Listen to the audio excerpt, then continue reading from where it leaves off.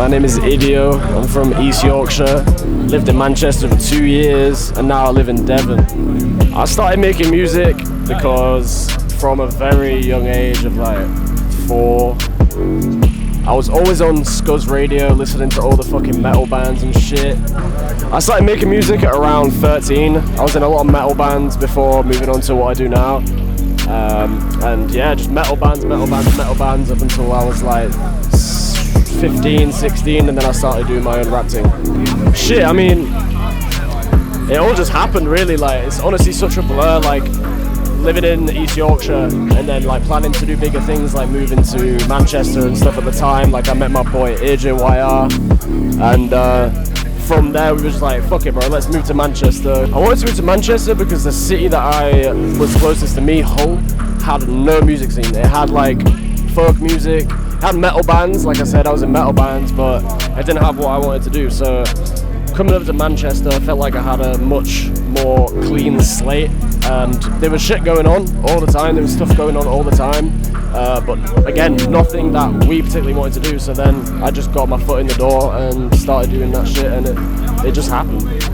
Witch an Hour is a show that I host every year, and it's where I get a chance to put on artists that don't really get put on as much, and it gives a chance to showcase them to people that, you know, how do I say it, like underground artists and stuff that don't really get put on shows. I'm like, yo, do you want a show? I'll give you a slot.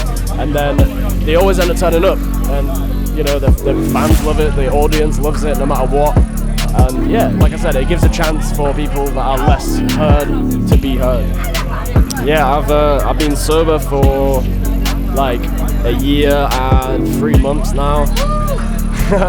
And yeah, I mean, being sober for this long after being in like heavy addiction for like, I'm gonna say like 5 years, it is mad, and I'm so proud of myself for doing it.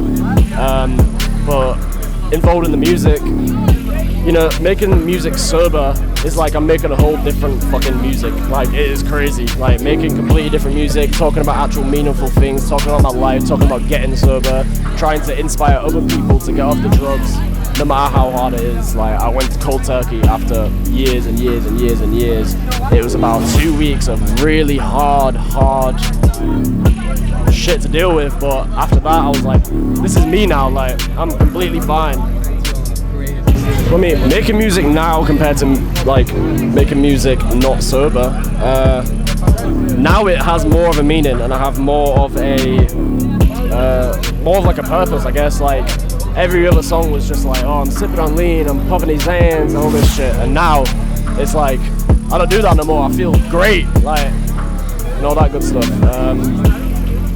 But yeah, the process of making music sober, it's just a lot cleaner, man. You get a cleaner mix, you get cleaner lyrics, you get cleaner pronunciation of words, and yeah, it's just a lot better, and I can properly concentrate on things. And I've got an album coming out next month, and that has a lot of influence to my metal era. So it's almost like my whole drug phase was just like a big dream, and then waking up again, I'm like back in my like prime, back to the beginning, basically, full circle.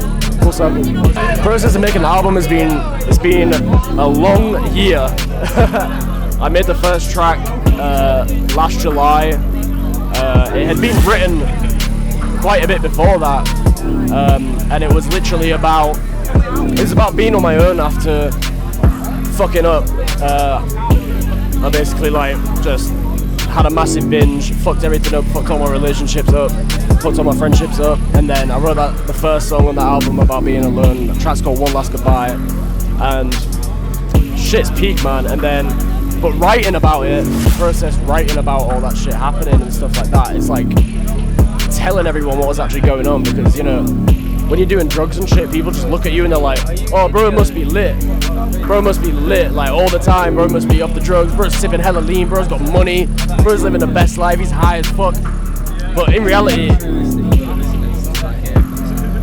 well, no, I mean, at the end of the day, that's just glorifying a horrible lifestyle. And fair play if you do drugs and you don't get addicted, because that is a thing. Like, but if you have issues with it, it's not something to flex. It's not something to flaunt, man. Like, if you're really going through it, get help. Try and find the other side. It's possible. I'm here now.